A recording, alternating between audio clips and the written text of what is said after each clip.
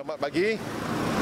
Hari ini kita membuat satu laporan polis lah terhadap satu screenshot yang berunsur perkauman yang telah disebar yang membabitkan nama, bukan nama lah, tapi gambar Datin Batuka Dr. Tan Yee Kiew selaku Ahli Parlimen Wan Semaju. Asal screenshot ini adalah daripada Facebook account dari seorang yang bernama Zaid Zulkifli, yang dalam screenshot tu dia meletak kandungan Twitter account yang bernama Alvin Chow. Yang Alvin Chow ni telah banyak menulis benda-benda yang berunsur perkauman lah, yang tidak baik lah. Tapi kandungan tu saya tak boleh tunjuk lah. Dan dalam post yang sama dia pun ada meletak satu gambar di mana yang Alvin Chow, tak tahu sama ada benar atau tidak, gambar itu diambil bersama Datin Batuka Dr. Tan Yee Kiew semasa Chinese New Year Open House yang lalu lah, kepada penganjur untuk Chinese New Year tu. Dan dalam list jemputan tetamu tidak ada seorang pun yang bernama Alvin Chow.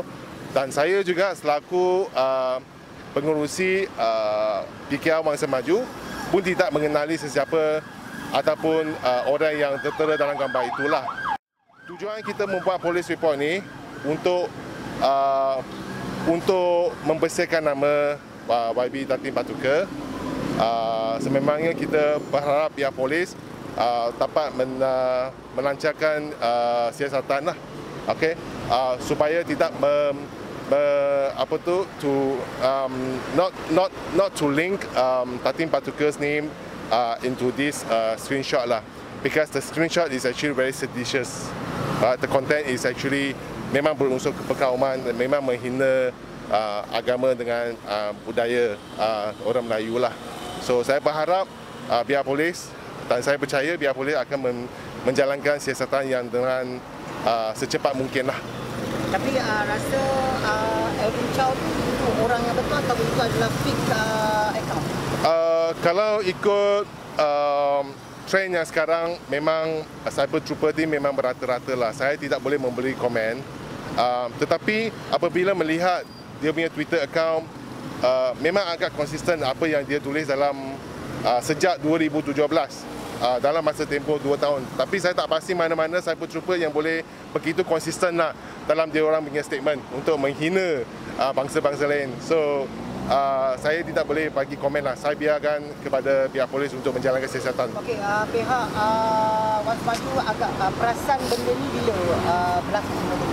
Kita perasan semalam semasa Facebook account user bernama Zaid Zulkifli. Dia punya handler nama dia Jingo.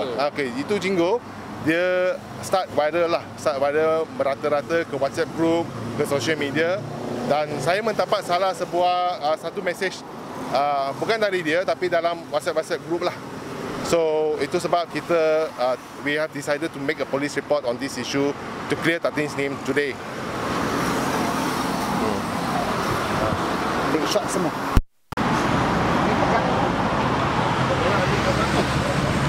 Tunjuk sekali lagi tunjuk.